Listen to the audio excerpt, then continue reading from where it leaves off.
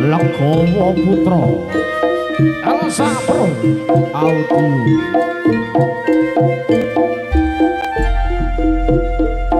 Longsoro rasane tangis jroning atiku yen kelingan esem kemuyumu laras swara gendhing tresno gawe kangen atiku tansah eling aku sliramu dokang masa tenane aku ngerti atimu ning wis pasti aku dup bojomu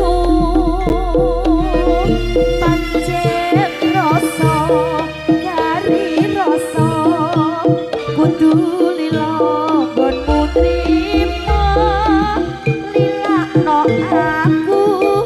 dirapi wong liya rasa wis gonku ora ketemu kagugah atiku suaramu aku mau bisa detuko waranggono sing tak tresno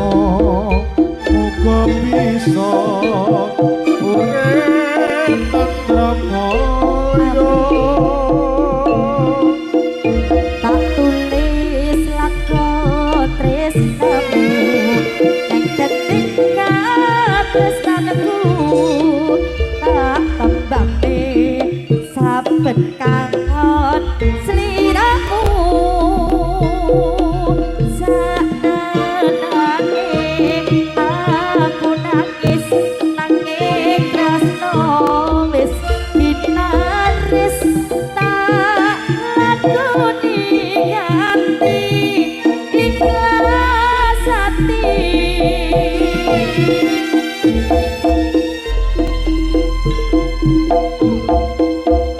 moyongku ngayung ngamborone ngawang-awang tanpa bisa nyanding aku mung bisa nyawang tumete sing ngeluhku berebes mili ana pipi apa tresno iku pancen ora kudu duweni wis lilakno aku kemas wis cukup lalekno lelakon tresno iki bakal dadi cerita tresno waranggono saya awak saya kawak tetep lawas aslinya kowo Putra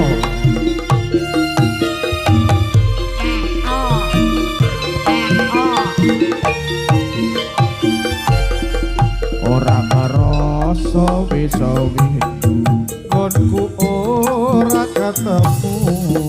kagugah atiku krungu suaramu aku kok bisa tetunggo waranggono sing tak tresno muga bisa urip tentrem mulya tulis lakon tresno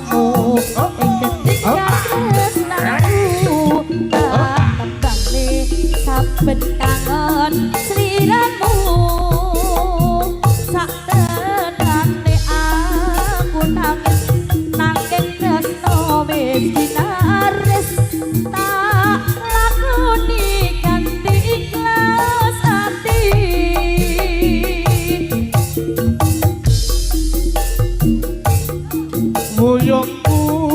ngelayung ngambara ing awang-awang tanpa bisa nyanding aku mung bisa nyawang tumetes sing aku berebut miliono pipi apa tresno iku pancen ra kudu duweni Wis lilakno aku kemas wis cukup lalekno lelakon tresno iki bakal dadi crita tresno Legawa Putra Legawa Putra Legawa